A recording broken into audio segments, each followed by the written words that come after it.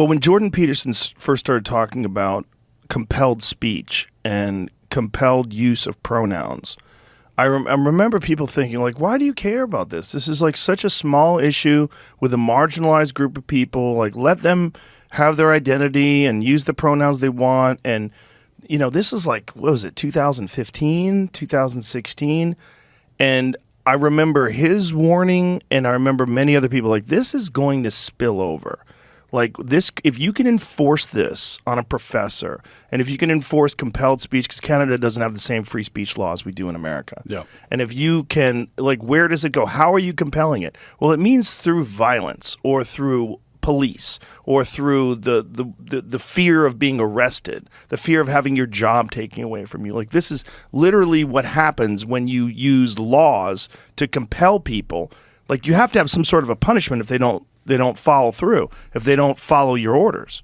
And this is what he was worrying about. And I remember at the time being like, I hope he's wrong. Like, I hope it doesn't get that big. But now here we are, 7 years later, yeah, and he was right. Because there's also a difference between telling people they can't say something, which is what free speech suppression usually is, and that's bad enough, but then telling people that they have to say something. Yes. Compelling them to actually say something, putting words in their mouth and telling them that you have to say this. And it's not you know, pronouns. It's not a small thing, because when you use the she for a he, you're not only being forced to say something, but you're being forced to affirm and acquiesce to a claim that you don't agree with. You're being forced to express a belief that's not yours. I mean, it's like it's not much different from, you know, a dictatorship forcing someone to profess belief in a religion. You know, it's forced conversion, basically, is what it is. Yeah. Once you allow that, it doesn't matter. Of course, it's going to start somewhere small. It's just pronouns. It always starts that way. But like I said, it's actually not small. Pronouns there's a reason why the left makes a big deal out of it. So anytime people on the right say, well, it's not a big deal, in response to the left making a big deal about something, well, they wouldn't be making a big deal about it if it wasn't a big deal. And the fact that they're choosing this hill to defend should tell you that there's something here worth fighting over. My kid was going to school with a girl who was a they-them. She decided she was a they-them. And she demanded that they talk in they-them way. Like, you had to use, when you were referring to her, as a plural.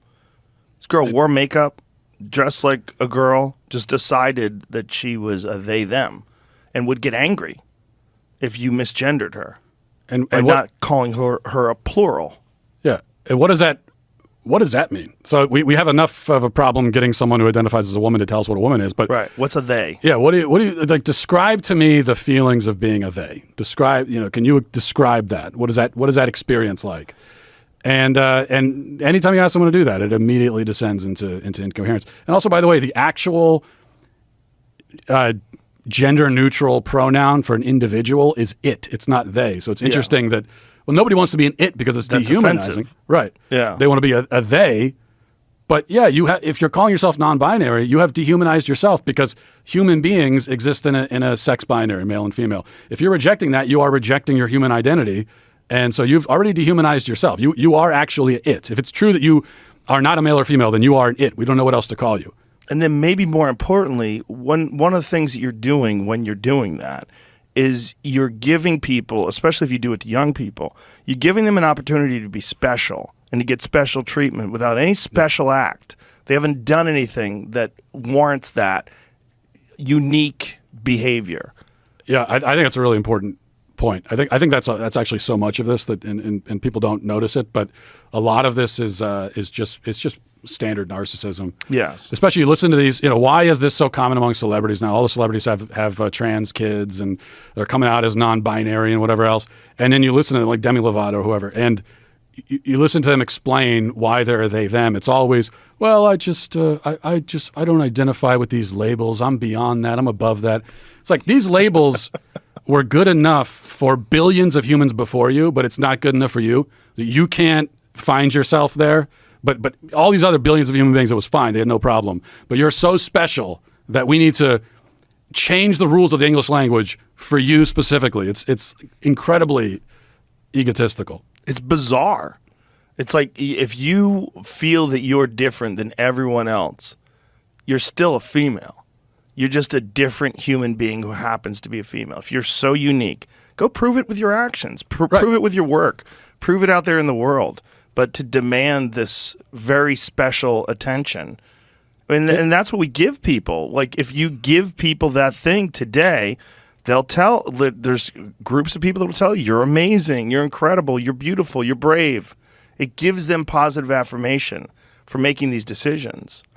It's also part of what you're describing is personality, right? I mean, so if you're saying, "Oh, I'm a female, but I don't identify with girly things, and I don't like the color pink, and whatever," okay, that's your personality, and it's fine. There are many ways to be a woman. There are many ways to be a man. There's like almost infinite ways of doing it because each man and woman has their own personality, their own perspective of the world, and that's fine. So I think that what I'm expressing is more the kind of traditional idea is much more expansive because it allows you as a man to just be who you are. You're still a man, but be who you are. The idea now is that if you're a man, but you have interests or ideas that fall outside of the standard norm, now you lose your manhood. You're actually a woman. So they're actually reinforcing the gender binary while trying to destroy it at the same time, which is interesting. But I think most of what they're trying to describe is actually just personality. Yeah. And now we have this situation where you could have a person who has 5 different genders and 6 sexual orientations, but no personality because their personality has been subsumed by all of these labels. They've categorized and labeled and everything, and it's really strange.